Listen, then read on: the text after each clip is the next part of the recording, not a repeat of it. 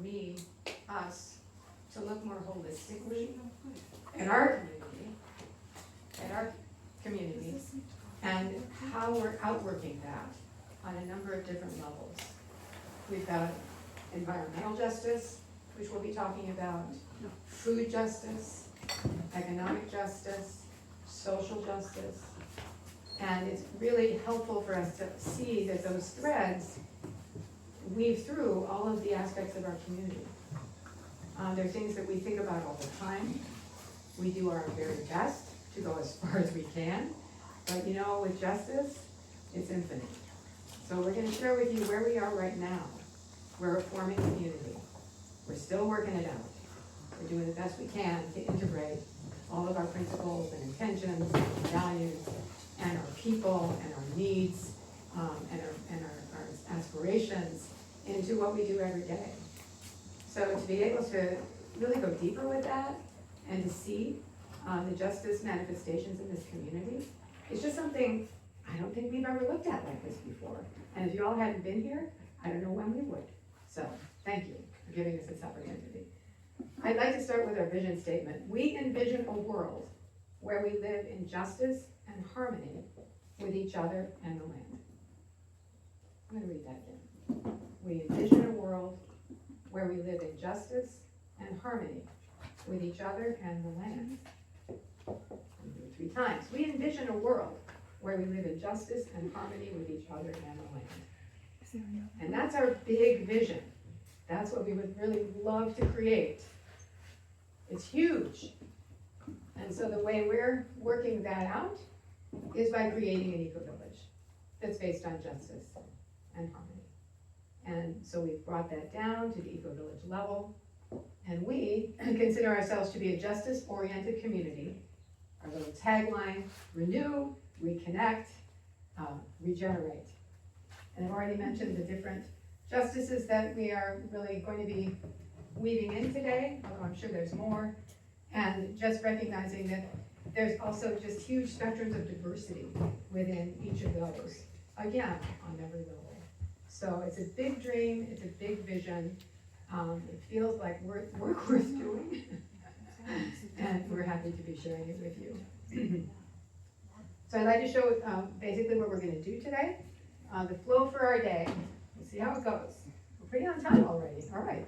So one of the things about being in an eco-village is you start to let go of things like being on time. Anyway, but we're very happy you all were. So we're going to talk about origins. And Paul Voss will be talking about what is an eco-village, talk about our land, and a little bit more about what we stand for.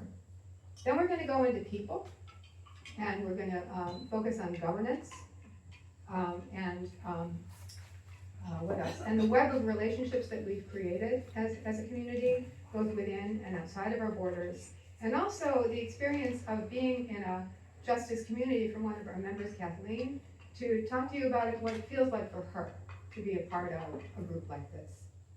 Then we're going to move into our land and our housing.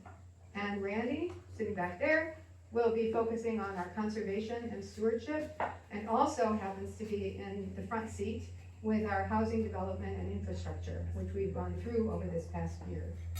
And then we have Therese, who's not quite here yet, who will be talking to us about the concept, which is actually new to me, but apparently it's a thing, conservation-based affordable housing. So we are considering ourselves now more and more to be a conservation-based affordable housing community. And she will be talking about that. Then we'll move on to the farm, the elephant in the room. And we'll hear about our farmers. They're called, their CSA is called Common Ground Growers.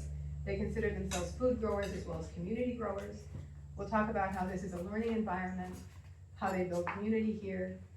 And then you'll have the opportunity to actually go with a couple of our farmers into the garden and learn more about their farming practices, about the permaculture approaches that they take, and the ways in which they go about growing food every day of the year for a 52-week-a-year CSA under all conditions, including cold in the barn, and you'll learn a lot about that. So that's the overview of what we're doing.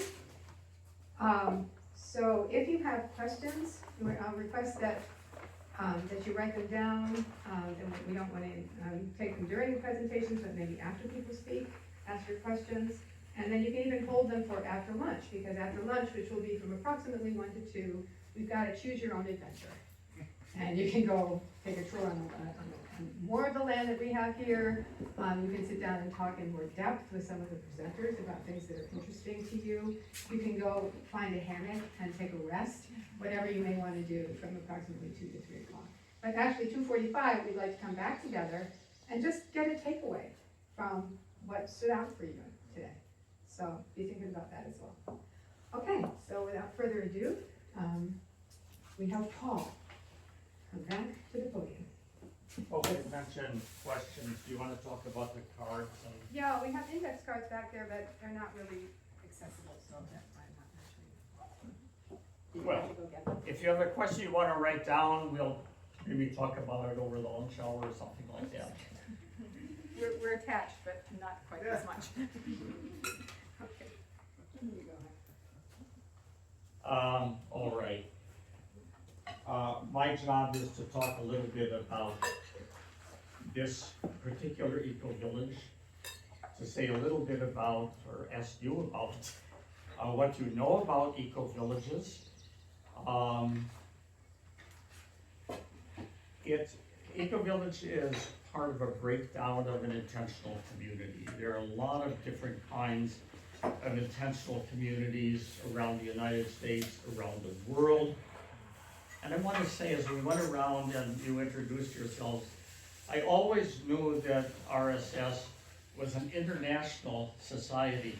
But my God, this morning, you have demonstrated that in spades. So I just want to say welcome to those of you who maybe grew up outside the United States. There are some cards going around, so if you have a question, you can do that. So I mentioned that this is an eco-village is part of a long list of community types. I made a little list, and of course I can't find it, doesn't matter. Probably the most new kind of intentional community in the United States is co-housing. Some of you know about co-housing units, usually in urban areas, oftentimes large apartment style structures, but where people have come together intentionally to live in co-housing. Some of you on the campuses where you are or were know about cooperative housing through the NASCO National Foundation of Student Cooperatives. Gosh, in Madison, a lot of them, but that also on many other campuses. Communes, kind of a leftover from the 60s and 70s. Some of you read about those. A lot of them are still around and proudly go by that term. Anyway, I won't go through that list, partly because I don't have it in front of me. But an eco-village is an intentional community where people gather together to basically live on the land, honor that land, farm that land, forest that land.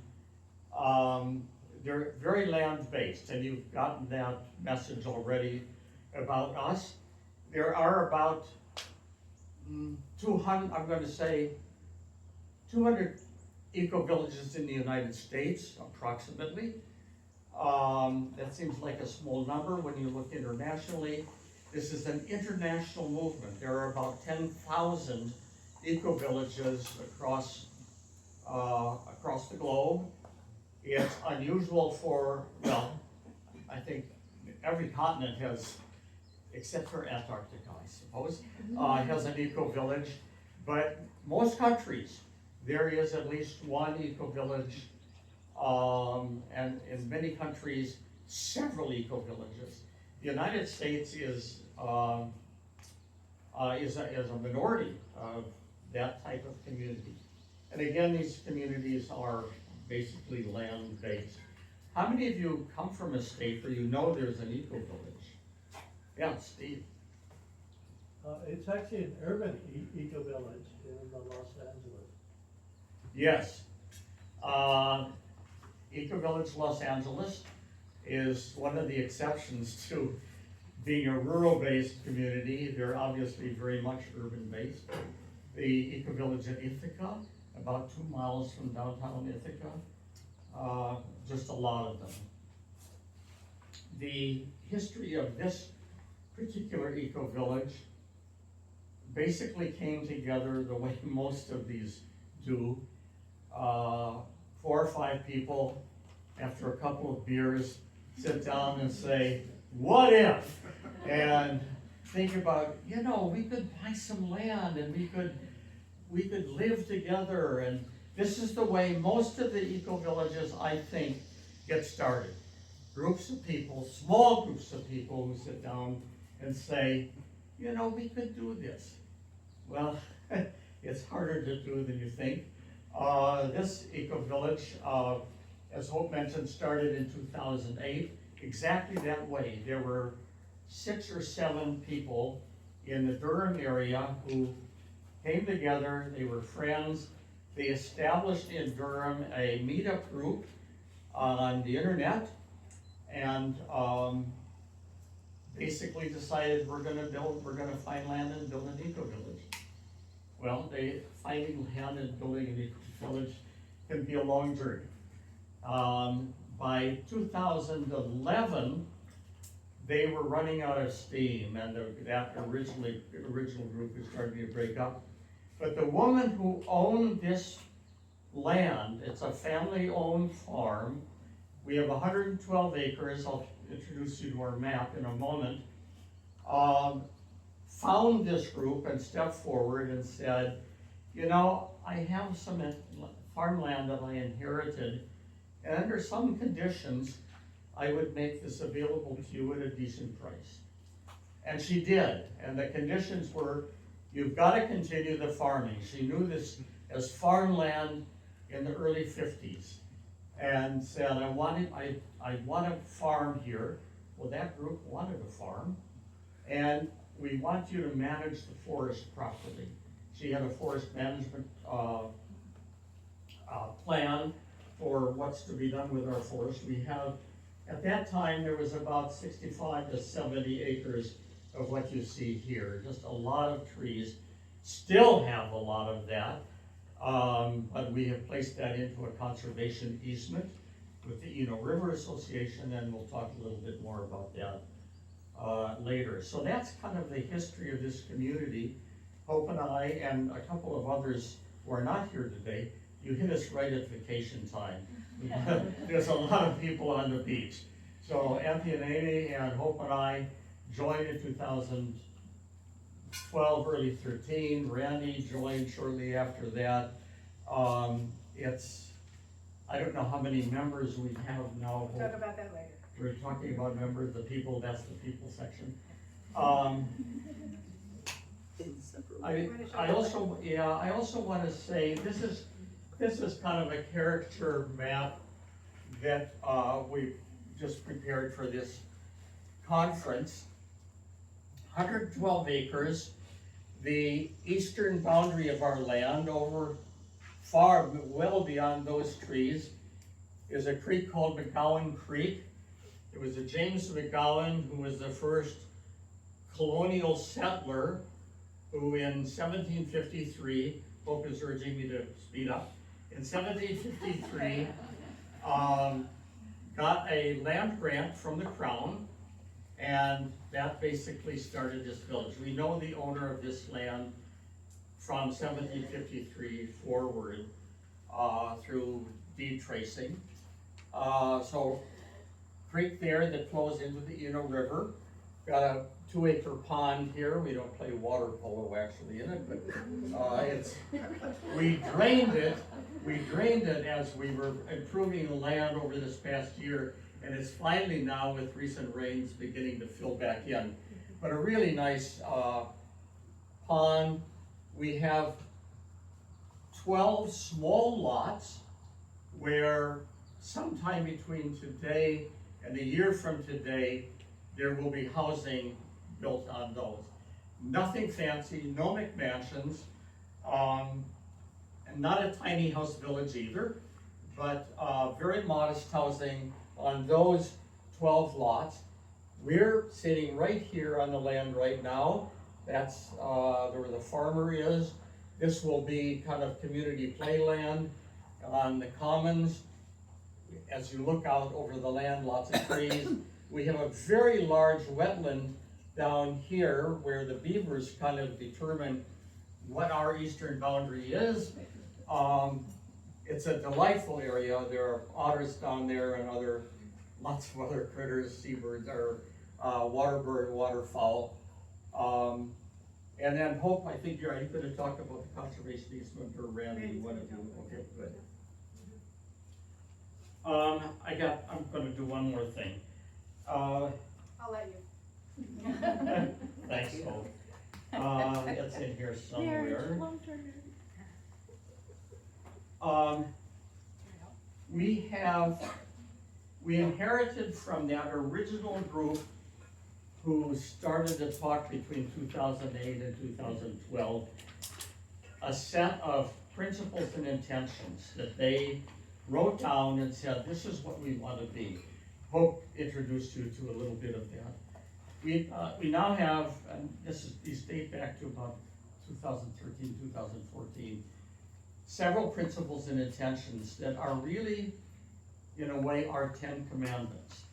And we won't talk about governance now, Hope is going to talk about that later, but there is not a decision that we will make that is not bolstered by one of these or more principles. And if there's a violation of those principles, that idea is not going to move forward.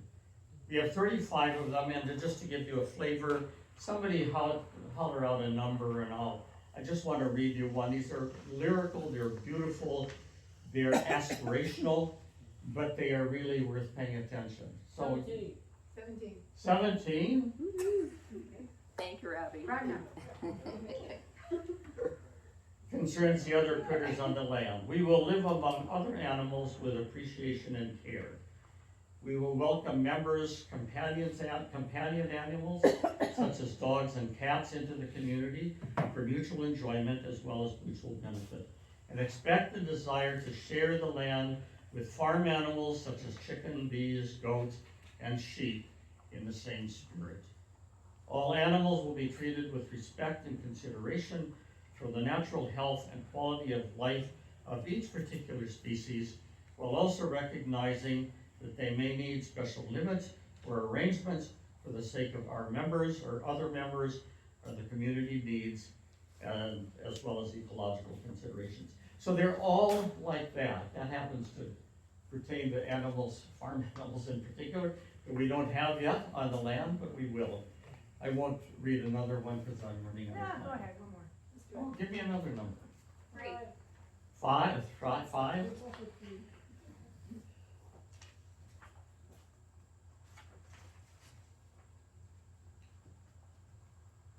Number 5, we value cooperation and efficiency at the appropriate scale of sustainability.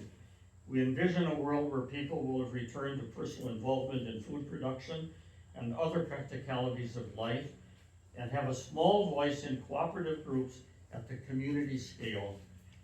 Our hope is that Common Ground Eco-Village may become one model for such a life. And they all just read like that. They're on our website, so if you're interested in pursuing that, you're welcome to do that. But That could be a better segue to governance. very good. Take it away, Hope.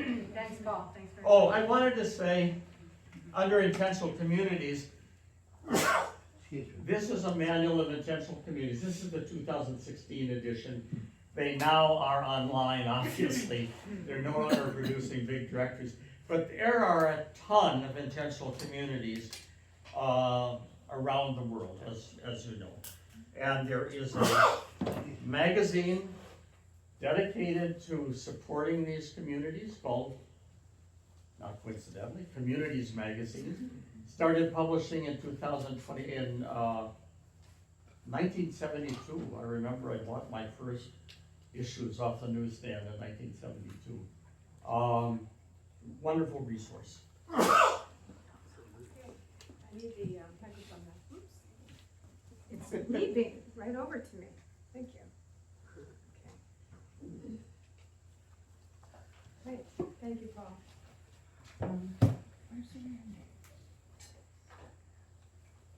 So we'll move now to governance, to people. People, human community, human community. There's a saying in the communities movement that community would be great if it weren't for all the people. There's another saying that living in a community will be the longest, most expensive personal growth experience you will ever have. So, bearing those two things in mind, we will move on to how we're organized here, and then how we're etc. So, How we govern ourselves. yeah, how we govern ourselves. So very early on, back in 2013, we started to get together to make this dream a reality. And originally, there were 88 agreements that this group had put together. So it was very aspirational. We're like, okay, how are we gonna make this work? And from the first few meetings, I've been in the corporate world. I've been, on boards using Robert's Rules of Order. So I know all about hierarchical decision-making, where, you do what the boss says, basically, no matter what you think would be right. And then decisions by voting. And then, of course, there's consensus decision-making and the communities movement, which can work really well. I've seen it work really well. It's also extremely challenging, which focuses on large groups of people making decisions together. And so we decided that we really wanted to try a different way. And we were lucky that at that time, the governance process called sociocracy was just beginning to flow into the communities movement. Looks like you know about that. Yeah. So sociocracy is a governance system that came from the Netherlands. It came from private enterprise, a man named Gerard Endenburg. And by the way, there's 2 books on that table back there if you want to know more. And he just knew there had to be a better way to run a company. And so he used the principles of Quaker group, sensing the meaning, cybernetics, which are feedback loops, because he's an engineer, and systems theory, because all of nature works through natural systems. And he created this marvelous system called sociocracy. Called it sociocracy, which is a term that was coined by Auguste Comte. You all know him, 1851. Was he the father of sociocracy, sociology, would you say? Yeah. Some people say that. Yeah. Something like that. Anyway, way back then, and thought sociocracy, which is governance by your peers. It's not governance by the masses of people and then you take a vote. It's governance by the people that you know, the people that you're related to, the people that you get, that you work with. So sociocracy is governance by and through and with your peers. And it's also based on consent. It's not based on a vote, it's not based on majority vote. It's based on coming to a point where it's not necessarily that we all agree, but we don't object. And there's a big difference between those two. So that's what we decided to do. We, myself and a couple other people quickly went and got some training, and we started to establish the community based on the principles of sociocracy, which are equivalence. All voices matter. So all of our meetings, we start with an opening round, because you want to hear all the voices in the room before you start to do anything else. It creates the group. All voices matter, and we have many processes that allow us to do that. It's effective, because you don't want to be ineffective, heaven knows. And basically through distributed decision-making, distributed authority. And then there's transparency. There aren't big secrets. Everybody knows what they need to know. Information is freely shared, unless it's confidential for some reason or another. So those are the basic principles of sociocracy. And the gift that we had coming into this community, which is rare, I have to say, particularly in co-housing or other kinds of communities, is we knew what our vision was. We knew what our values were. We knew what we wanted to manifest here. And we were able to be guided by that. Because that is how sociocracy works. It's guided by the vision, it's guided by your mission, what you're going to do with that vision, and it's guided by your aims. the specific tasks that you're going to perform. So we had, what's that? And the P&Is. Well, principles and intentions, so many more things. Commonground.eco is our website. Go to what are we all about? You'll see more than you want to know. Anyway, we were very blessed to have that. And over time, this is not really a current flow chart for us because we're in a change process right now. We maybe don't need planning and development anymore. We have our infrastructure in. And so we're in a process now of rethinking how we want to organize ourselves. But right now, this is what we're doing. So you can see that there's 4 major circles surrounding the center circle. We have a membership circle, we have land stewardship, we have governance and communication, and we have planning and development. And all of those circles have a specific domain. They know what they're supposed to do. And they have a certain, so within that domain, they can make decisions about what's gonna happen. And the important thing about that is they don't make decisions insularly within their circle. They make decisions after they've really talked with a lot of people outside their circle to find out what's really going to serve the whole. So each of these circles has 2 leaders. Those 2 leaders come together in what we call a coordinating circle, or also general circle. And this is one of the ways that the right hand knows what the left hand is doing. And the coordinating circle makes fewer decisions than the functional circles do, but we really want it's the closest thing as a representative to the whole community that we have. And so it's really important for these circles to bring their ideas into the coordinating circle, see what land stewardship has to say about planning and development or membership, and so we can pool those ideas to make the best possible proposals under the circumstances. And then, then things just morph, how they do. We have little subcircles, and then we have subcircles, and, as things get more complex, we have different ways of organizing ourselves, but we always have these links so that everything is connected.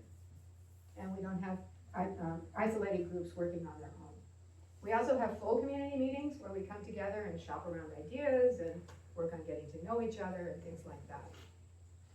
So what we also love about sociocracy, I do, is that it's a governance system. Consensus decision-making is a way that you make a decision, but there's a lot more to it. You need a structure of governance. You need to know how you're gonna work together. So sociocracy gives us a structure for our governance. It gives us, we do decisions by consent, and there are many processes that we go through that help us to come to that place. And then there's a lot of feedback loops, and we go, okay, the saying in sociocracy is it good enough for now? Is it safe enough to try? And if it is, we do it, and then we say, well, how's it going? And if it's not going so well, let's change it. In fact, when we talk about membership in a minute, we realize that one of our membership processes is just not going so well. So we brought it up to the coordinating circle last week, and we said, okay, something has to change here, because we've tried this and tried this and tried this, and we need something new now. So it's really a living system. It helps us to grow and evolve. I'd love to talk to more people about sociocracy, as you can imagine. So during lunch, after lunch, if you're interested in the system of governments, I'd be happy to talk with you more about it. But now I've probably overstayed my welcome and would like to, oh no, I guess I'm going into membership now.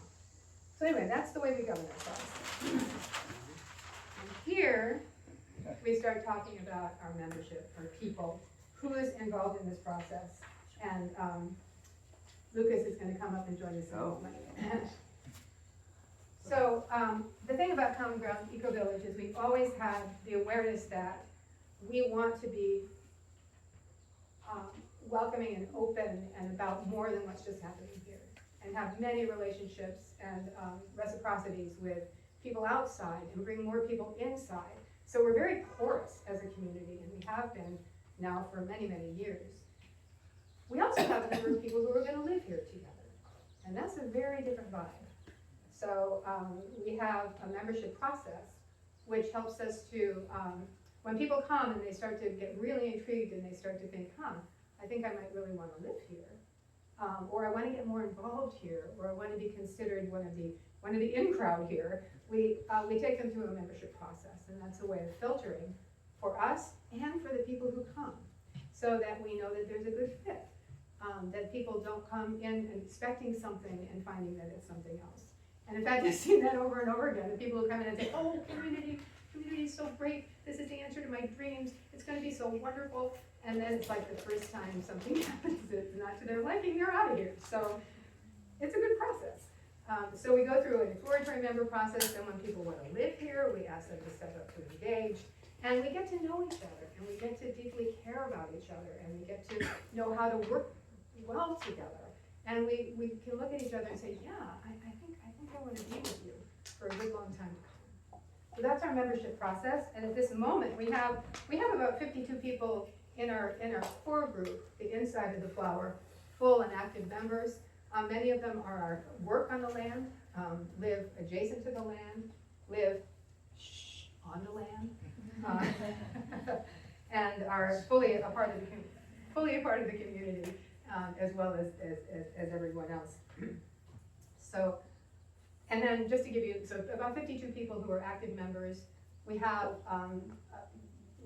visiting members on our website who filled out a join form, which is called Jump On In. We have about 352 of those, last I looked. And then we have a friends group that's about 375. So we're constantly sending out information and news and newsletters and things like that through our listservs. But then, going over to Lucas, there's so many other ways that we engage with people. Without the headset. Oh, you will? Okay. Do you want the microphone? No. Just let me know if folks in the back, if you need me to raise it up, and I'll do the support. So I drew this, so I need to explain this. Yeah, I think because the founders had various relationships in depth of living here in North Carolina before Common Ground was emerging. Hart's Mill was the name back at that time, 15, 18 years ago. So within the intentional community, co-housing, movement locally, other environmental social justice, the original members and founders had relationships there. And I think over the last 10 years, that has grown a lot more here in the United States, leading up into COVID, Black Lives Matter, more environmental justice. I think Standing Rock back in 2016, Caleb, one of the farmers here, he was there for over a month. So today we bring in this network of participation in various local and national, but I'm focused mostly on the local organizations and communities that make this much richer and expand on, I think a lot of what we're doing here is beyond some of the current systems, and it's very holistic, it's very non-compartmentalized, very integrated, whereas other community endeavors, social movement, or social justice organizations are focused on a specific niche within that. But I just love how in the last 3.5 years being a part of this community, Hope and I have gotten really involved in the Triangle Prescribed Burn Association. There's been a burn happening out here. The Eno River Association has done a lot of conservation in this area. It's why Durham, to me, is such a special city, because we have this river north of the city that has a lot of protected area, a lot of places to swim, a state park. There's recreative orgs that we participate in, like Sandlot Baseball. I'm still trying to throw that speedball, Sodnom, a local choir, as well as social justice organizations like Standing Up for Racial Justice, Surge, Food Not Bombs, which is not quite an official one. It's more of a, political organization. They do dumpster into food for people, which for some reason, I mean, maybe not for some reason, I guess there's just challenges to that. And then tons of local farms. Doug's over 50 years of organic farming experience, 25 years of which has been here in North Carolina. So he has tons of connections as well as other farmers here. And so we partner with that. The Emerson Waldorf School, they bring their 3rd grade class out here for visits, the last 3 years. And it just goes on and on. I mean, the planning board, the county commissioners, and the work that's been put in to build relationship to get the infrastructure and permitted housing in. And so, yeah, people come here sometimes and ask, are y'all a cult? And very much not, because sociocracy is a great balm against that, to be polycephalous, like multi-headed, not one person has all the power. There isn't any, if someone shows up here once and says, I want to be a member, and then walks away, there's no blackmailing, there's no, it's very fluid, because even if we're land-based and there's a core of involvement here on the land, we want to have relationship within the wider region. There's the folks that are fully active, either showing up on a consistent basis or wanting to home themselves on the land or adjacently. And then there's all the friends and visiting members and other guests like yourselves today who, even if you're only here for a few hours one day, there's still this memory, there's still this imprint, and we've given each other something. So that's something about this whole community growing eco-village effort that brings a lot of passion and enthusiasm to me. And it's all about, from here, figuring out who are really in it for the long haul. And that's why we have an extensive membership discernment process. Thank you, Lucas. That gives you a taste. We want to change the culture in this community. We're here for culture shift. We are not activist community in that we look at different, we align ourselves as a community with different causes, but each of us in our own ways are working hard to do culture shift, both within our borders and without. And I'm going to introduce Kathleen in a moment, but before, I forgot to say something very important about our membership process, and that is that we have community cultural agreements that are very, very thoughtful and that describe how it is that we want to live together. And people who come here need to read those, and they need to say, yeah, I think I'd really like to aspire to that. We practice nonviolent communication here. Many of us are involved quite a bit in that. There was something else. We also strongly encourage that people have deeper racial justice and awareness training when they come, if they haven't already brought that with them. So that we are able to embrace and include all the diversity that we wish to grow here. In addition to children, we've got like 12 to 15 children now. We're an all ages community, I've got to say that. Cradle to grave, we're gonna have green burial out there. So we wanna have diversity really on all levels of the community. And we like to be able to receive that, so that we're not stupid. So anyway, that's partly what we also encourage. So I'm going to introduce Kathleen now, who's one of our members, and she will talk about perhaps our Many Turtles 501c3, which we haven't mentioned yet, and also just talk about what this community has meant to you, Kathleen, and how it's felt like for you. I think I can project. Can everybody hear me? Yeah. Okay. Yeah. First, my name is Kathleen, and I just want to take a moment and see all of you and say thank you. Thank you for your work and your studies and your intentions and your aspirations, for being here, for coming and doing this work.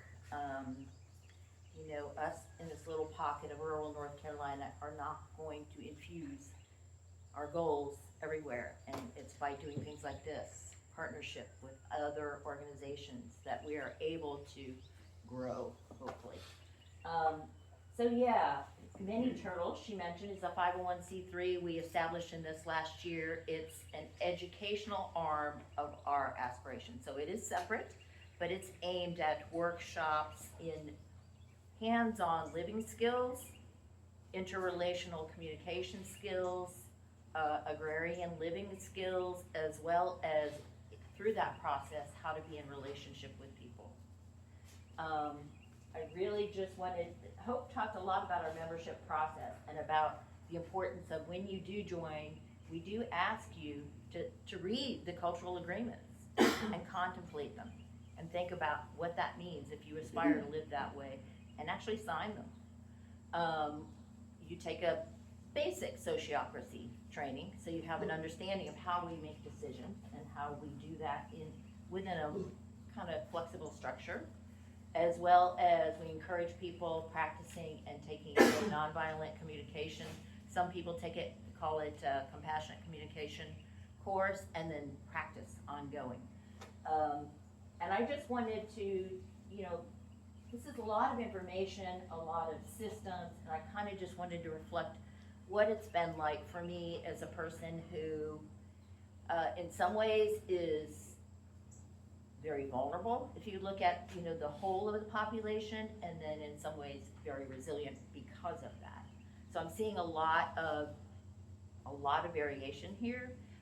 I have a Korean American mother, she's passed. I have a white father. I grew up in this country, so I speak English fluently. I can pass as white. I'm also neurodivergent.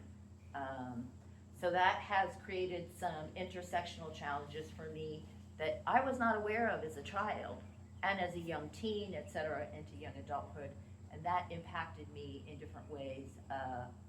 Learning how to mask very well, learning how to decode different environments that I'm in so that I feel like I fit in, and also I'm understanding how to succeed. So it created some different thought processes for me, as well as over the years, as all of us have, we have triggers, right? So those triggers created some hardwired systems that I now, as an adult, am learning to untangle. And I kind of wanted to talk a little bit about the inner work that we are all doing in order to be able to do this outer work.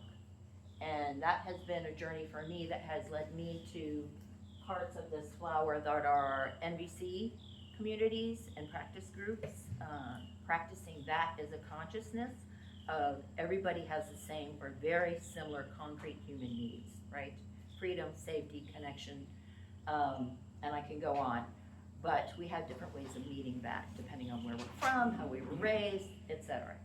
So it's seeing through those strategies to get to the common needs in order to work together, to get to the creativity and the cooperation, and get past the ego, the defense mechanisms, and the judgments, which are very ingrained in myself. Judgmentalism, that's been one of my biggest work areas. So I'm active in the local Buddhist sanghas and Buddhist communities, as well as something called generative somatics, which is aimed at people who are trauma survivors or neurodivergent, gender fluid, etc., to help them have the capacity to show up, be present, take in what another person is saying, consider ideas, and work within those systems without shutting down. And for me, the experience of being on common ground has been peeling off those layers one by one and finding I'm more than accepted. I'm gonna tear up now. Yeah. One day I show up and I've got 2 spoons in my drawer and I spend them while I'm here, and I don't say goodbye to you, people don't take it personally. And I've learned not to blame myself either. I just leave and I rest and I recover and I come back, energized, excited, ready to help. So we're learning about ourselves as well as learning about each other, and not just from that, I don't know, I came from, and I think we all kind of have been raised in that culture of hyper-individualism, right? And so when I came here, I started to learn about cooperative culture as opposed to competitive culture. And now I'm learning to turn that cooperative culture into actual caring culture, that we support each other, we help each other thrive. We go beyond just, yeah, you do your thing, I'll do my thing, right? And we'll do it, adjacent. No, we interweave together, and that means our vulnerabilities and our talents and our skills. So that is the beauty for me, along with the way it fits into these systems and the way it supports the growth of these, and how it makes all of this very human. Yeah. So thanks for being here. Thanks for your work. And yeah, I think I give it back to you. So I think it's probably time to just, Thank you. That was really moving, thank you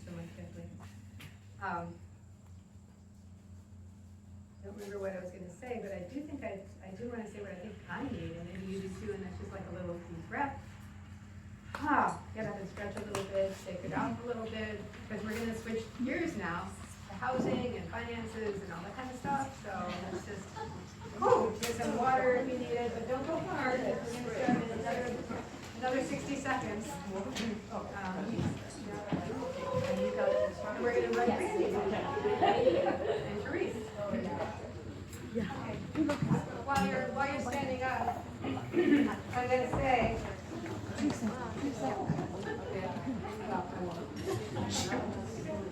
Okay. I can't see Catherine. Okay, everybody.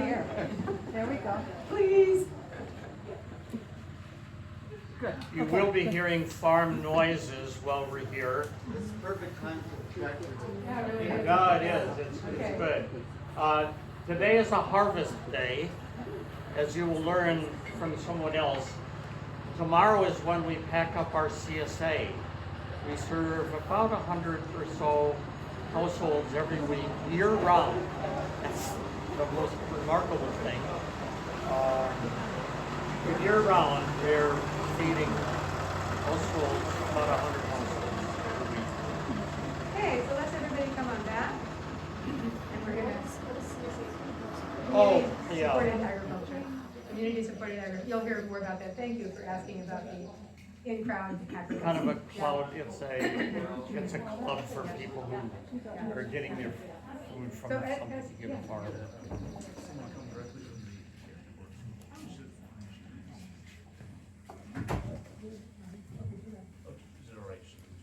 Of course, absolutely. Maybe you can introduce yourself to everyone too. You don't have to stand up a minute. No, you can sit down, you can grab a seat, yeah, so we have this microphone, yeah. We have a new arrival, Oh, it's wonderful. and everybody here just said their name and where they're coming from, and however you want to define that. Is it working out? Good, so I have not thought that loud. My name is Tamar. I'm coming from California. I just arrived today, so excited to be here, and I'm coming to the conference to present my thesis. Woo, okay, all right, thank you, great to have you, you can give this microphone over there. And before I introduce Randy, I just wanted to rip off one thing Kathleen said, and that's how, just the different capacities and abilities and skills people bring to this community. Sometimes it feels like a miracle, You need something, and by God, somebody who can do that just shows up. And I want to shout out to Mary Lou, who was here earlier than anybody today. And you have her to thank for the fact that you're not sitting in the sun and in the clay, because she said, why don't you just set them up this way? And I went, that's brilliant. I would never have thought of that. So thank you, Mary Lou, for that and everything else that you do. Okay, so now we'll introduce Randy, and you can say something about yourself, Randy, and I imagine that you're. I'm You don't gonna wanna just, lie? yeah, Okay. so in the back, if you can't hear me, just wave your hands and I'll speak up louder. I'm feeling so special. You are special.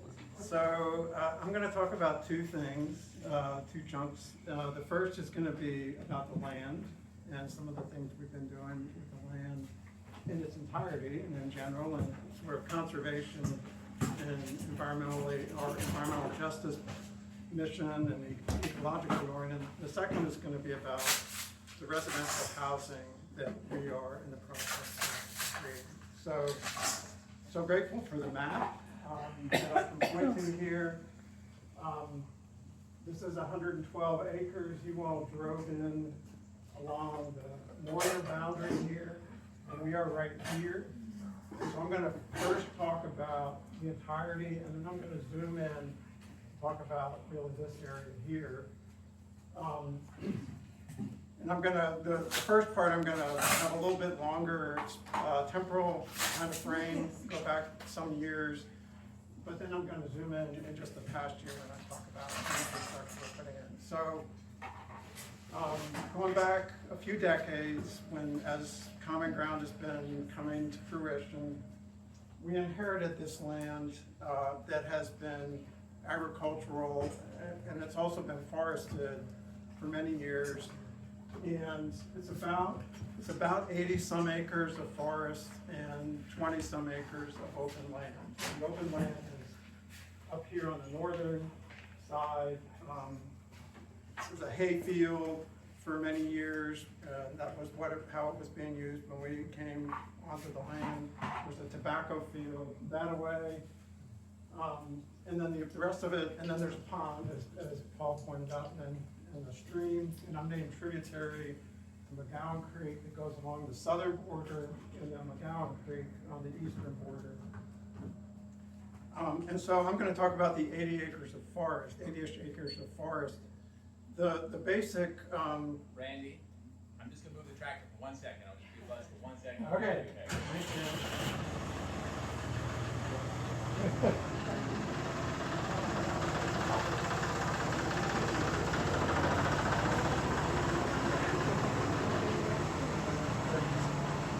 Okay, everybody smile and wave. Oh, yeah. Yeah. So, yeah, let me just say a few words about myself. So, my background has been environmental. I worked in the environmental profession as an environmental scientist and engineer and planner at every scale, from working for nationally for the US EPA to state level. And then I got really interested mid-career in bringing everything local, and I worked in local government. I live about half an hour away in Carrboro, which is joining small municipality to Chapel Hill, and I was the environmental planner for Carrboro. My focus was on the creeks and surface water, but I have this broader ecological and environmental and social values. So with the forest, the important point here is that we inherited this forest where the idea was it was a commodity. You know, its value was monetary, and it was timbered. And there's a big backstory about how that's happened in the southeast of the United States. I'm not going to go into all of that. But we have a different value. You know, we see this land as inherently valuable, and I'm so grateful to Lucas for giving me the land acknowledgement. You know, that's our value system. And so the very first thing was, okay, how do we take what we've inherited and transform it into something better? And we're very fortunate that the person we bought it from had a forest stewardship plan from a very ecologically minded forester that had been pulled together. But we were working with that. You know, the land had been, much of the forest had been essentially clear cut and harvested at the end of the 20th century. And so that's the forest that we came into. And so over the years, with our conservation ethic, we've tried to figure out how could we shift this. And we talked to a bunch of organizations around, and I think it was mentioned up front that the River Association, the McGowan Creek flows into Eno River, which flows into the Neuse River, which is the water supply. There's a water supply reservoir for the city of Raleigh, then it flows into the Atlantic Ocean down near New Bern. The Eno River Association is all about land conservation, and we partnered with them and with Orange County, we're in Orange County here, to look at options for how we could put our land into conservation. And that was about a 3-year process, and we just came out the other side of that within the past year. And we now have 65 of these 80 acres of forest that have been placed in perpetuity into a conservation easement. It's in 2 tiers. The forest closer to the creeks has higher level of protection than the forest further away from the creeks. And you can see in yellow, these are like less. There's more we can do with the forest in these yellow areas than in the areas that are shown this green hatching close to the creeks. So, yeah, it's already mentioned. So what are the practices that we're looking at for our forest? Already mentioned that we brought prescribed burns back, and there's a whole host of other things we're looking at, and I won't go into detail on any of these, but the basic idea is here the forest, what the forest is trying to do independently of great human intervention. What wants to happen, the climax forest is an oak hickory forest, and for most places in central North Carolina. Some places it's a maple beech forest, but one of these hardwood types of forests. we have a softwood forest, or a good deal of young loblolly pine in our forest, but we're wanting our forest to go through more of a natural regeneration. And so how do we do that? And so there's just a variety of silvicultural practices. One of the things is that we have some non-native species that have gotten a foothold here that are aggressive and by all accounts of everyone we've talked to are less desirable for us to be nurturing. One of them is called Tree of Heaven, or Ailanthus is the scientific name, the Latin name. So we did a big effort to try to rein in the Ailanthus that had set up several large stands. That was one of the first things.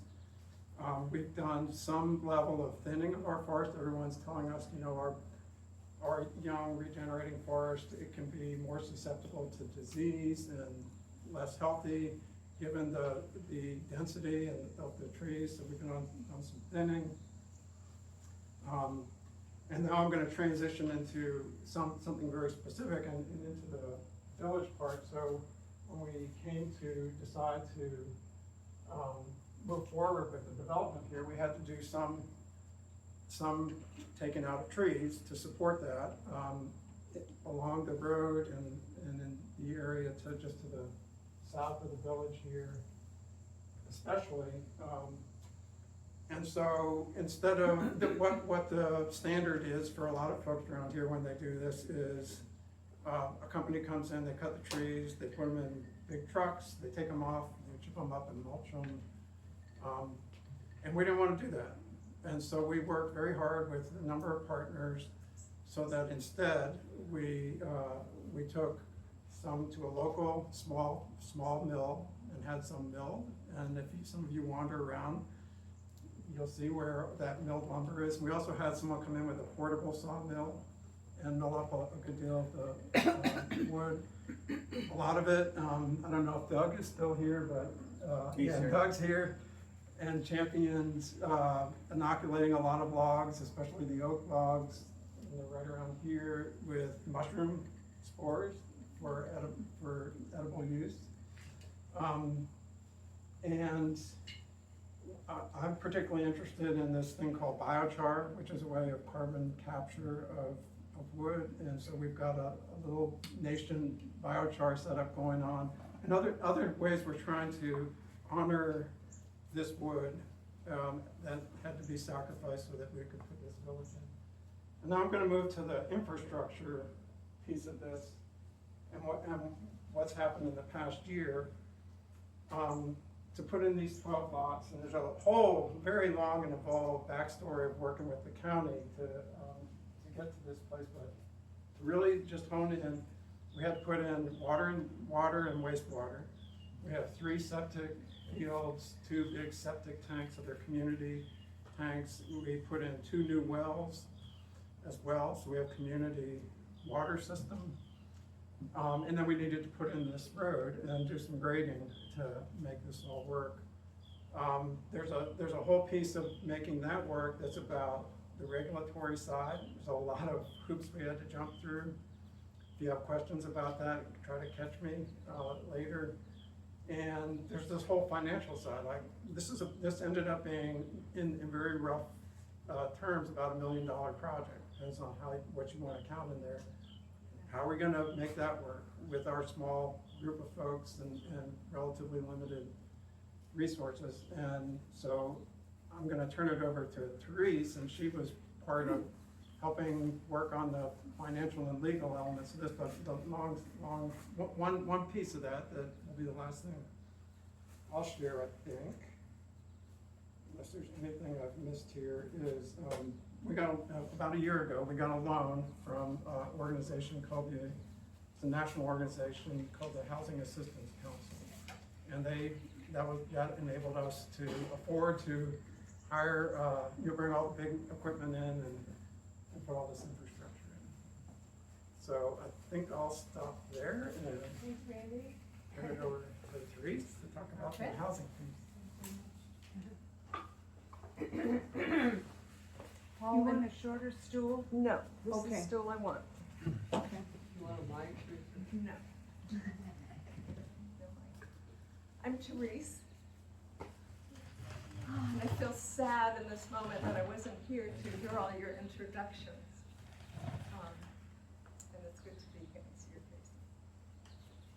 So I've been involved in Common Ground since 2022.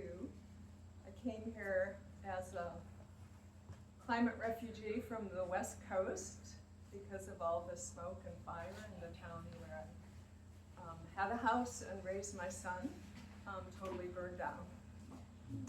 And it's been an incredible refuge for me coming here. My background is as a mediator and attorney, working with a lot of consensus building with different interest groups and big issues like land use, environmental issues, and public health issues. I'm the one in the community who's been carrying the banner for what's called out in the world affordable housing. I really like the term equitable housing much better. And it's really about, I mean, the passion that I come to this with is a strong belief that every human being has a right to safe, decent, and yes, beautiful housing to live in. And this, of course, is in the context of, in the wider community in this country, of the incredible economic disparities that are becoming more and more pronounced. And in the context of class issues that we all grew up in, different places. I myself came from a working class poor background. And as I've been learning more and more about that background, I can see some of the messages that I internalized about being less than or not being so competent or worthy. In this community, we have a mix. We have a mix of people who have more wealth and then those who have less wealth. I'm sitting here, I asked for a bench today because I'm pretty weary right now. I've been working for the last few weeks on an affordable housing grant for our local county that's due Friday at 5. And it's not done yet. We all know that. You know that one, right? We're gonna be working up to the last minute to get it in, I'm sure. But driving over here, and this whole experience has really brought up for me a lot of memories of the emotions that have been involved in both trying to find acceptance within our community for this idea of equitable housing. What does it mean for us? As well as the incredible struggles out in the community to try and get funding, to try and find lenders who will lend to us. And it's been my experience in my life that the struggles and the joys are so intertwined. And so it's the same in this arena as well. This whole process of writing the grant has brought to mind the struggles and the challenges, but also incredible joys that are coming through. So about back in 2023, we wrote our first grant to the county, asking for funds for affordable housing. And at that time, one of our circles, planning and development, could commit to 30% of units being quote unquote affordable housing. We didn't get the grant. And it's interesting how things have evolved over time. This community has struggled for years, over 10 years, to try and get the infrastructure in so that we could build a village. And talking to colleagues in Habitat or Community Home Trust, they all say the most difficult thing for an affordable housing project is to get the infrastructure in. The way this happened for us is that we made some connections with an organization, a CDFI, Community Development Financial Institution, who really are kind of the subterranean level of financial institutions in this country. They have different funds than the traditional banks do. Anyway, their mission is to support rural and affordable housing. So the first thing they said was, I want you to do a survey of people who are involved and find out what your demographics are in terms of area median income. So he did the survey of people who are interested in living in the village, people who are on the farm, people who are connected but living nearby. And lo and behold, we found out that more than 80% of this population were under 80% AMI, and a significant number that were at 30 and 50%. So they gave us a loan for infrastructure, and we agreed to hold at least 60% of our living units for people under 80% AMI, and the rest for people under 120% AMI. Can you say what AMI is? Yeah, AMI is area median income, and those are figures from HUD, and they're unique for each area of the country. So in our area, actually, the median income is about $120,000. Pretty amazing. Yeah. So we were able to get a loan of $700,000 from them that we desperately needed. We found out once we got into the infrastructure how important that was, because it really provided us the cash flow that we needed, you know, as we're bringing in a lot of different contractors to do the infrastructure. So that was really a key piece for the community to realize this is who we are, you know, this is who we are. And because of that, we're able to put in this infrastructure. And now, as of 2 days ago, Randy, when you filed the plat, we have officially our subdivision and build-ready lots to offer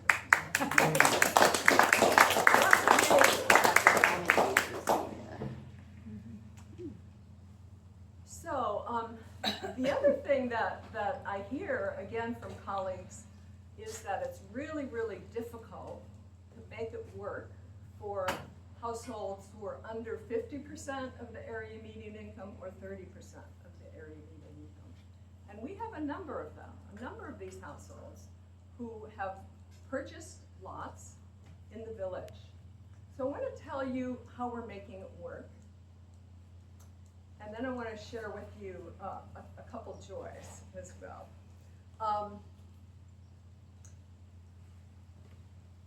After we got the HAC loan, one of the ways that it's working for us is that we structured our lot ownership differently. So our lots are not being sold in fee simple. We very strongly feel that it's not appropriate for people to own land. What we want to do is hold the land in stewardship and in care. So we adopted a model that comes from the community land trust model. We issue long-term 99-year leases on each lot, and then each person living there is responsible for building their home, and then they own the home. So it's a mixed ownership, leasing the land and owning the home. We also have agreed as a community to something called shared equity resale limitations. What that means is that we're really taking ourselves out of the traditional real estate market, and we're deciding ourselves what percentage of appreciation, for example, we want our sellers to have. So we're not tied to market appreciation, but we developed this whole formula where appreciation is really shared between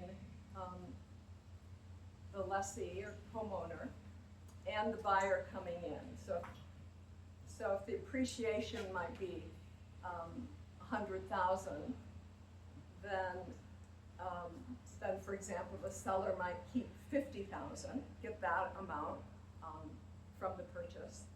And the buyer is sharing that because their cost is less. Their cost is also reduced by that amount.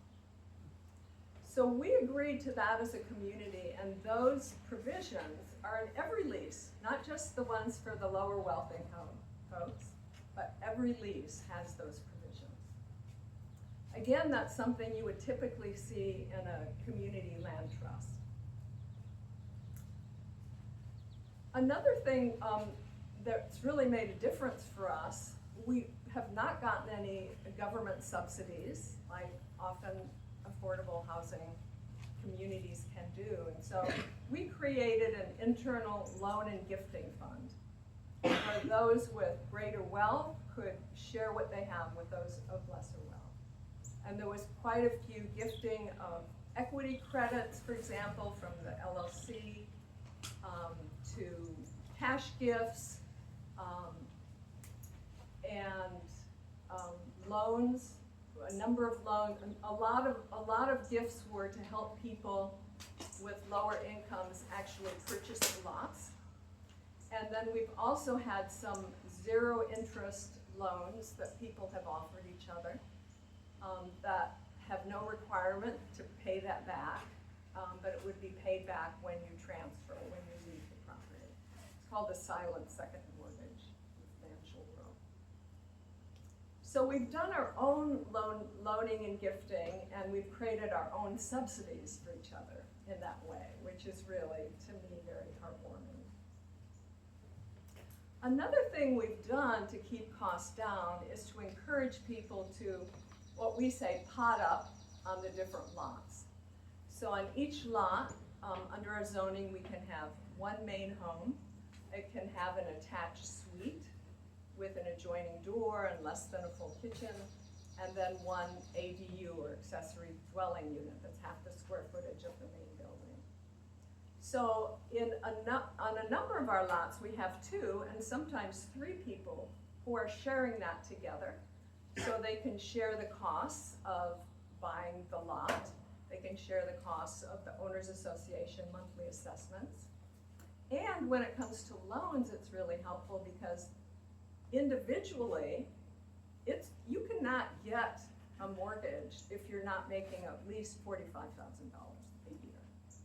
But if you come together as a group with other people of lower income, you can pool that income, and you're co-buyers on the lot and also on the loan. So that's another advantage to help people get the funding they need.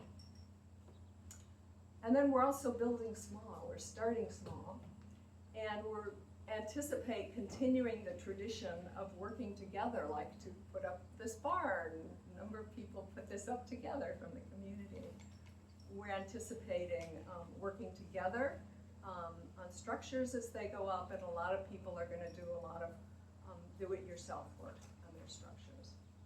So those are all the ways, a whole package really that we've put together that we're hopeful will help people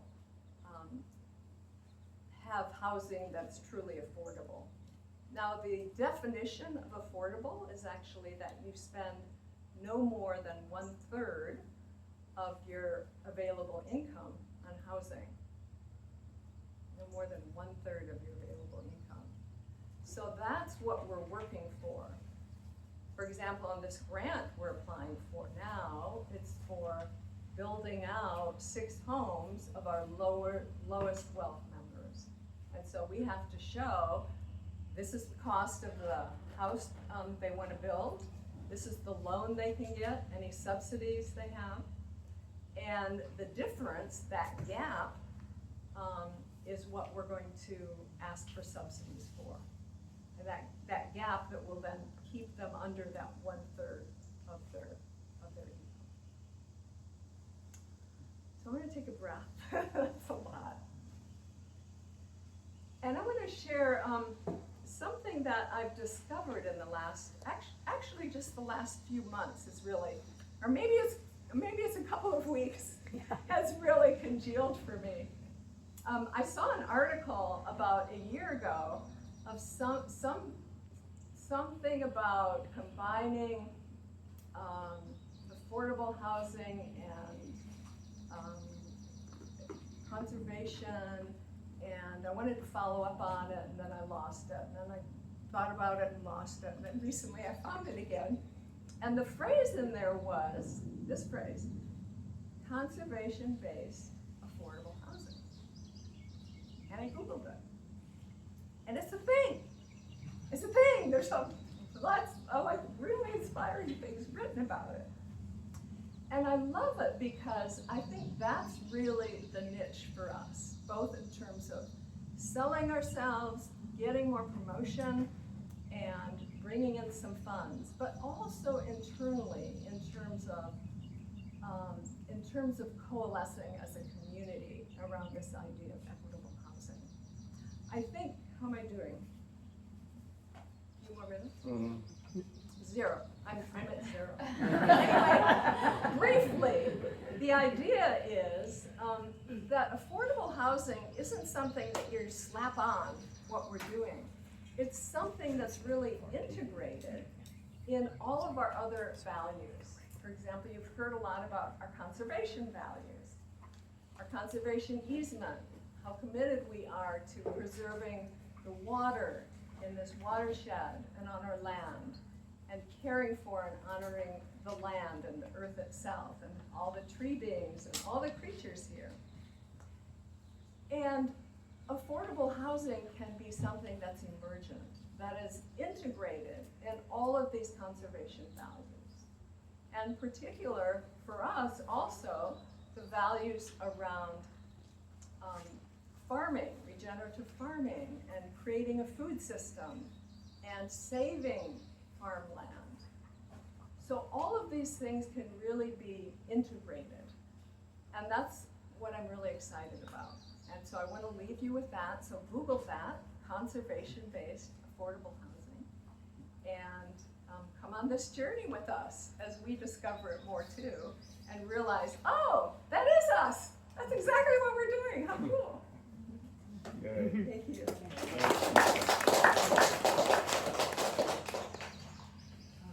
So, okay, no mic. All right. So we're moving to the largest and most important member of our community, and that's the land. If we didn't have the land, we would have nothing.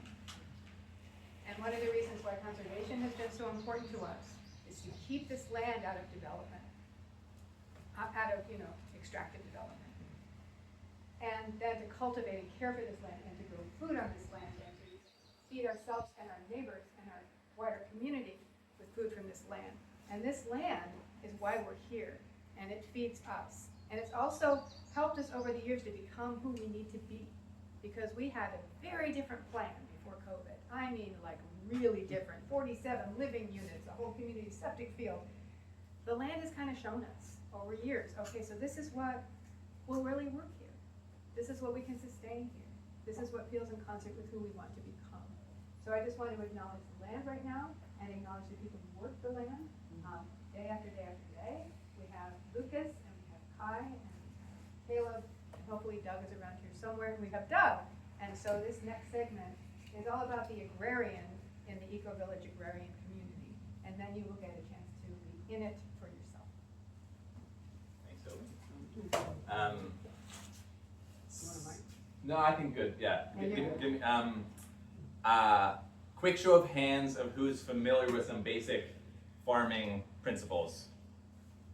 Okay, nice. So before we do any more words, we're going to do a moment of, is hardening off, does that term mean things to folks? Thank you. Yeah, so before you transplant a crop in the field, you want to give it a moment to acclimatize to its conditions. So we're going to be going for a farm tour shortly out into our beautiful, strong Piedmont sun. But before we get that full transplant, we're going to go have one quick moment in the sun here, and invite you. On Wednesdays is our primary harvest day, less so at this time of year when many things need multiple harvests, and before we harvest, we try and orient from a fundamental place of gratitude, which is sort of a guide for us in general here in our work. And so today, we postponed our gratitude harvest moment so we could share it with you. So before we flap our mouths anymore, if you would join us for a moment in the sun, just inside the fence, for our small harvest gratitude moment.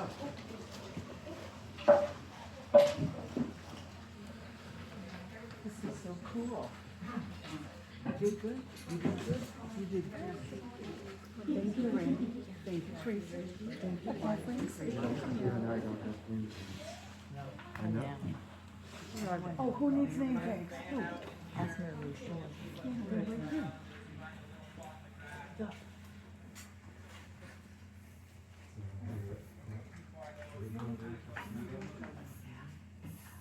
I know Lucas has got one. I need one for him. Caleb,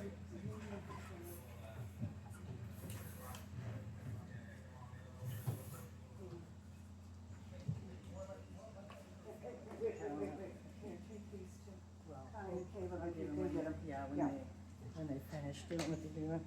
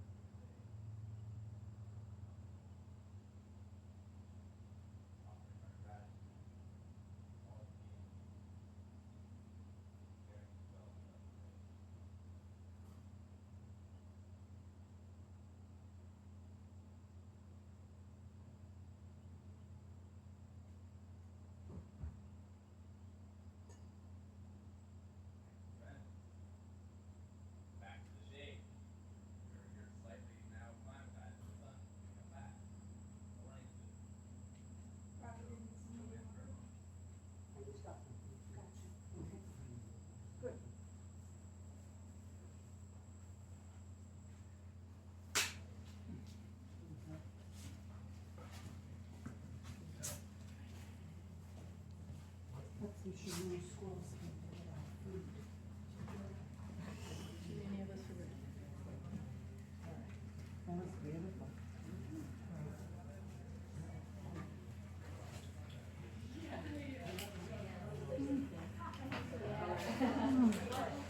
Paul, have you drunk any water?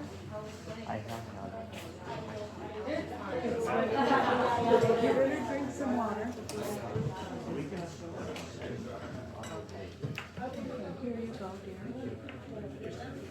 I know Hope doesn't drink any water either. I don't even know where she is.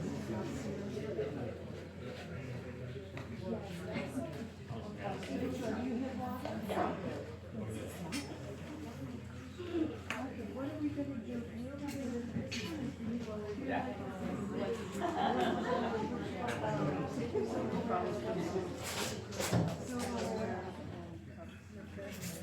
Doug, here's this.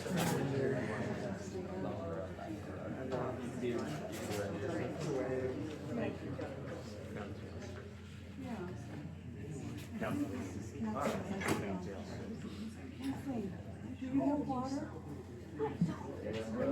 Microphone. Well, welcome back into the shade. Okay.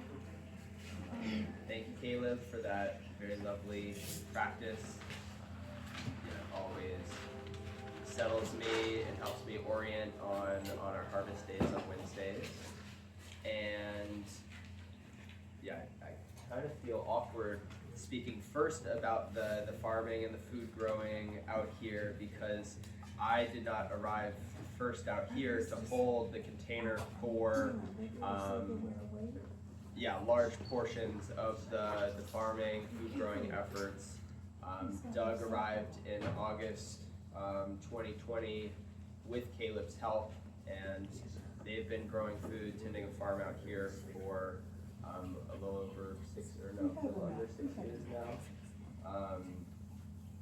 But when I arrived in December of 2022, it was right off a plane from Costa Rica where I had completed a year-long permaculture apprenticeship. And I immediately began asking, how can we be meeting more and more of our needs here on this landscape in regenerative ways? And one of the beautiful things about being a collaborative farming effort is that we all have different perspectives and experiences on it. And prior to my time in Costa Rica, I had no experience growing food, growing plants. I attended one snake plant in my bedroom for a year and a half before going to Costa Rica. I had mowed lawns, I'd raked leaves, but really I was moving organic material away from the landscapes that it needs to be to focus, to compost and add biomass. So yeah, asking that question in this climate and place that I had lived for a couple of years before going down to Costa Rica, but with a totally different paradigm and perspective, getting immersed in permaculture and experiential learning in Costa Rica, bringing that here, wondering, how can we grow our efforts here, become more self-reliant? There's talk, difference between self-reliance, self-sufficiency. I know, I very much want to focus on relocalizing with a global awareness. I believe that's a fundamental threshold initiation for humanity. How can people be meeting needs locally with some participation in a global planetary relationship so that we can all be supporting each other in mutual thriving instead of one person's valley doing things that actually hurt the people downstream from them. Bring that question here and beyond just the food growing, because it goes to materials and the fuel and bringing people and ideas. There's so many different kinds of capital, and how do we tend that? How do we get those exchanges? How do we get that reciprocity flowing out here to create the most dynamic, beautiful, thriving expression of what's possible? So I continue to hold that, as well as these three folks next to me, and I'm excited to hear more from their perspectives, because again, they were holding this container before I arrived. Like, I remember talking to Doug a couple months before I arrived when I was doing a visa run in Nicaragua, and he's like, oh wow, permaculture, you gotta check out Common Ground when you're back. And even the two old-time farmers, Jeffrey and Margaret, who were the initial folks tending a plot out here for a few years before 2020 when Doug arrived. Yeah, this community has always had that flavor, but over the past few years, it's really taken off.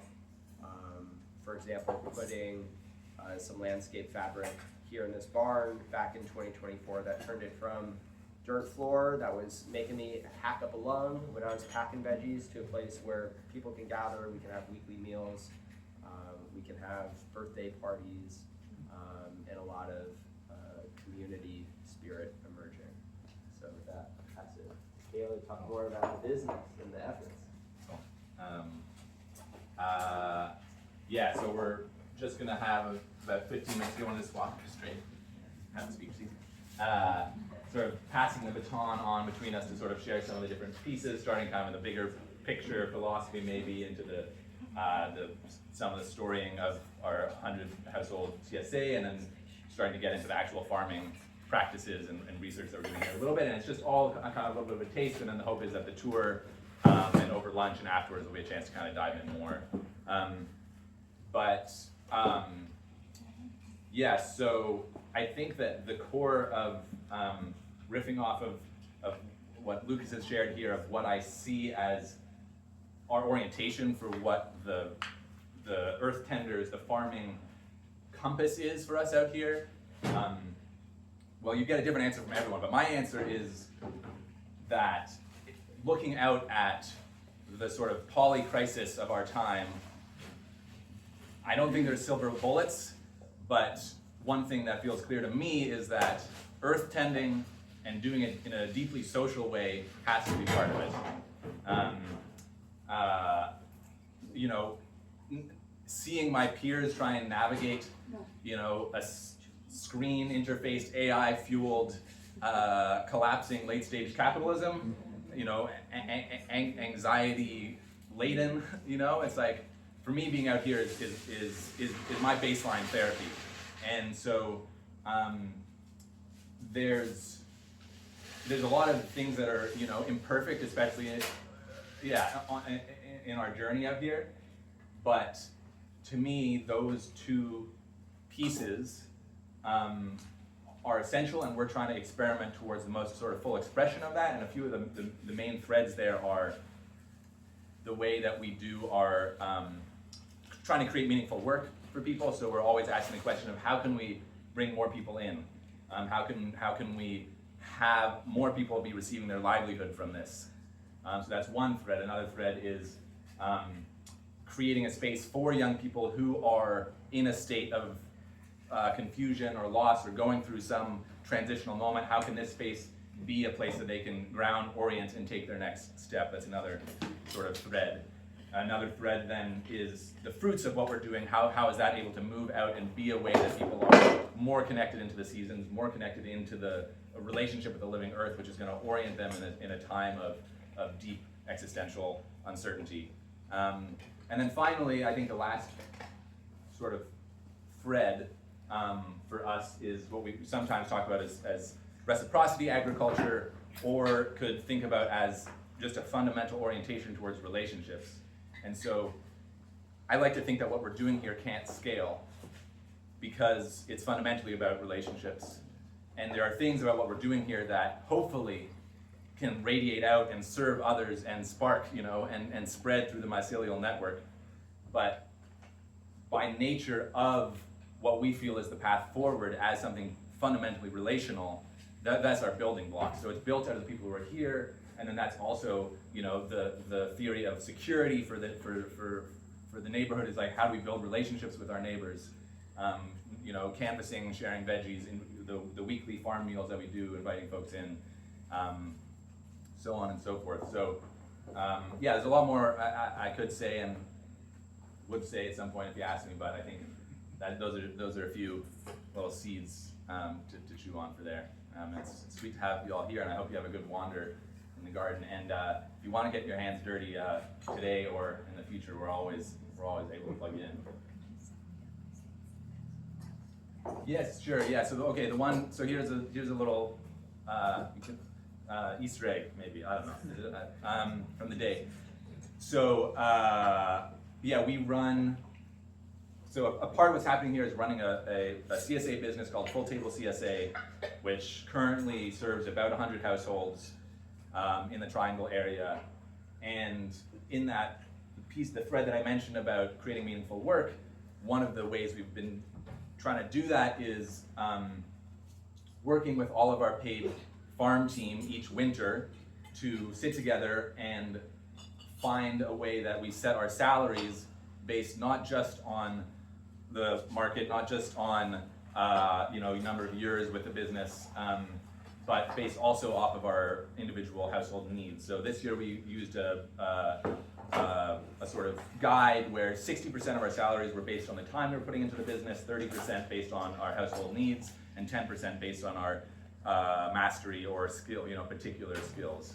And then from there, through a process of conversation and sort of gifting and requesting, found an equilibrium where with not enough resources, we're forever trying to figure out how to have more of them. It's easy to make sharing work when there's more than enough, but when there's a little bit tight is when it gets interesting. We set our salaries in that form. So anyways, that's a little thread of one of the ways that we're trying to experiment towards something that's more relationally robust and thriving and moving towards some kind of economic justice, perhaps. There we go, yeah.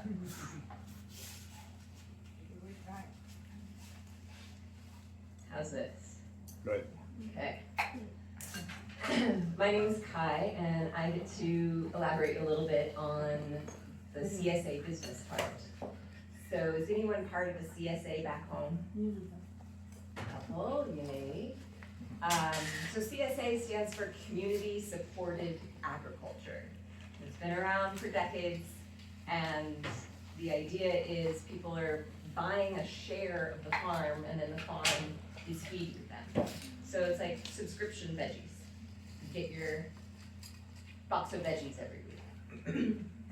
And that's the structure that Full Table operates with. So I'm going to tell you a little bit about the business by telling you a story about community. So I arrived here the spring of 2024, and I put my business on hold to focus on farm therapy and the medicine that is tending the earth in community. And what I noticed here was that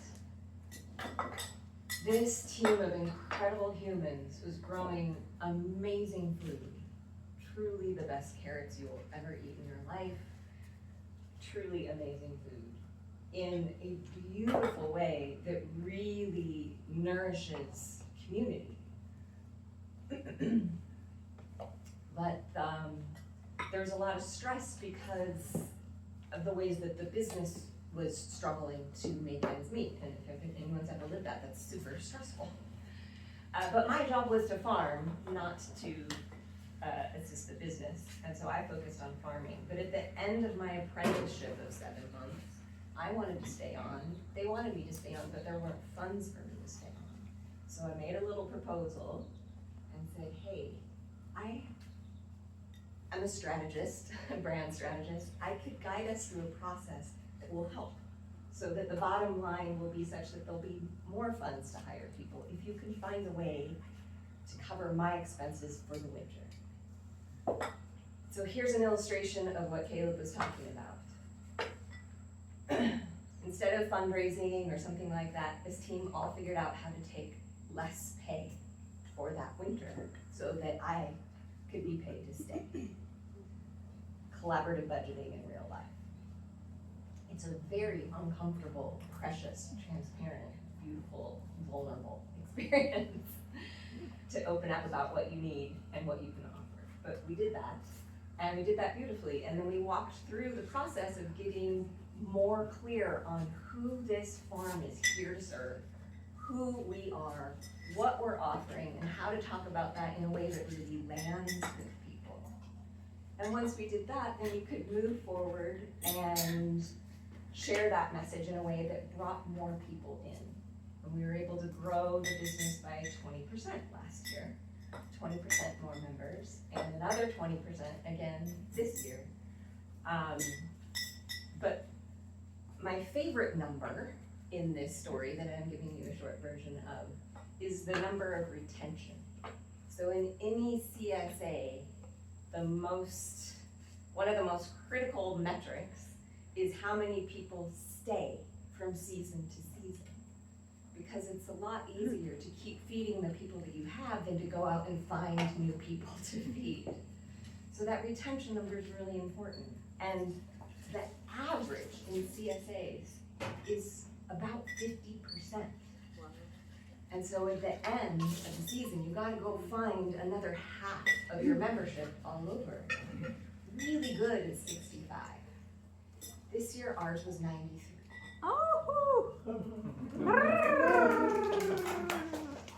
And there's a lot of reasons for that, and certainly getting a really clear message so we draw in the right people who wanna stick around is part of that. But the other part of it is CSA's community-supported agriculture. CSA isn't just selling veggies. A CSA is community. It's, you could say it's selling community, it's being community. And that's why I think this CSA has such incredible retention, is because I'd say it's more true to say that we're growing food in order to grow community than it is to say that we're growing community in order to grow food. So the heart that everyone is operating from has led to some really beautiful success with the bottom line. Yeah. Do you want to say anything about Reload Leader? Sure.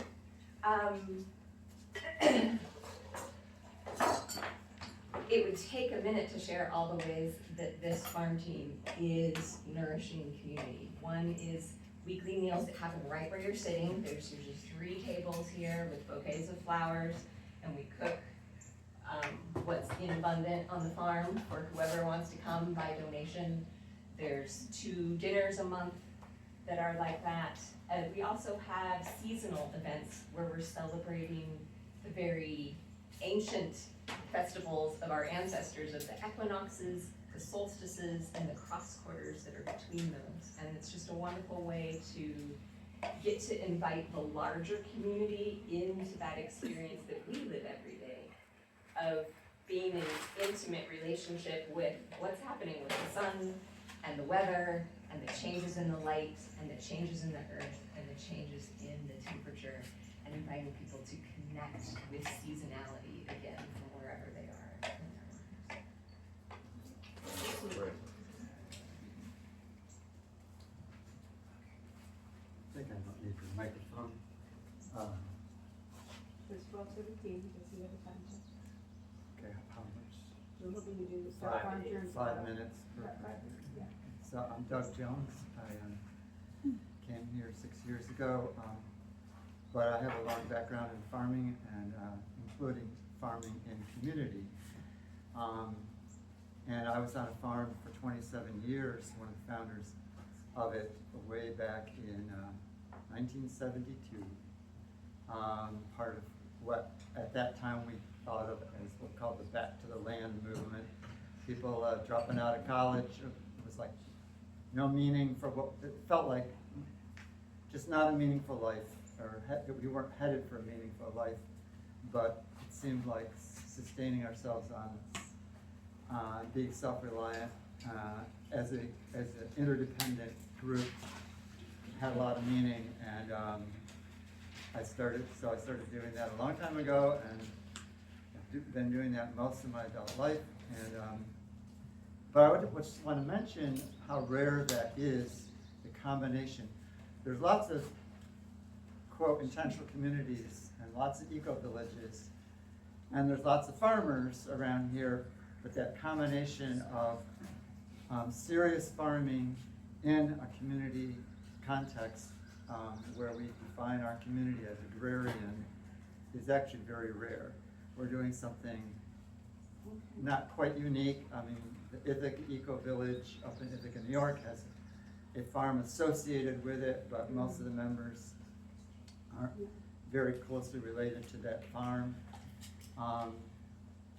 There's a eco village west of here called Earth Haven that has farming associated with it, but we're doing a really integral thing here. And farming is a pretty low paying job. If you look at them or the economics of it, most people around here who are farming, it's often a couple operating a farm where they came to it with resources already to invest, or they have one member who works elsewhere off the farm to pay the bills, and the other one gets to develop, hopefully, a profitable enterprise over many, many years it takes to get. And so that's what we're working on here, and our community is supporting that.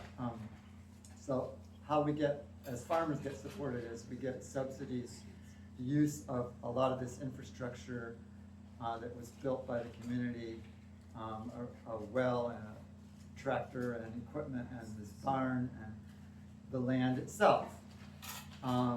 We pay a certain low amount of rent, token amount of rent really, for our use of this. And the trade-off of us getting that is that we're building wage earning potential for more and more farmers here. We're building a system of farming that works for this land that is very sustainable, hopefully for decades, centuries, whatever. That's what the community is investing in by, in a way, subsidizing what us farmers are doing here. It's also been a really valuable pipeline. A large number of what we call grounders, the people that are actually building here sooner or later, or buying and joining properties right next to this farm, a large number of these people came here from a very progressive mentality, which often is associated with not much income, low income, and so that's been a challenge. Is where the farm is the pipeline for people coming in, but I think if you look at the overall resources and income of the people 10 years ago in this endeavor compared with now, it's sort of gone down in relation to what we call the area median income, because of the kind of people that we attract. But that's our commitment, is those kinds of people totally committed to the social justice end of things, and the land-based justice, justice to the land, and all these other kinds of justice. It's been a struggle. It's really hard doing this combination of farming and community, and it's also hard to do the governance part of it, as you heard a little bit about it, but it's a lot of work. We have so many meetings. We have all of these, it's just a lot of extra, what some people call extra work to do this, but we hope that the payoff will be, we will be a model for lots of other, hopefully land-based, seriously agrarian communities. Like I say, it's very rare right now. We're not reinventing a wheel. We're making it up from scratch right now, and hopefully we will be a model for other groups down the road doing that. And when we're touring around, I also mentioned another thing that I'm interested in is adapting varieties to our climate so that we can be growing more reliably more of our food in our climate, and of course adapting to how the climate is changing too. So I'll be talking about that if you are on my half of the tour or whatever. Thank you. Doug is a walking encyclopedia of farming this area. So I think we were thinking, a 2-minute, get some water, get some sunscreen on if you want it. and then we're gonna have two tour leaders, Lucas and Doug. And if you were wanting to go drill down more into particular farming practices, some of the seed saving stuff that Doug mentioned, tying on to Doug's tour, if you're curious more about sort of permaculture, the social layer of the farming, trend yourself towards Lucas. And I think that'll give us about half hour for the tour till we'll be arriving back here at the barn. Does that sound? So, again, it's so amazing to be able to hear what you all said, because I haven't heard that before like that, and it's like, wow, am I part of that?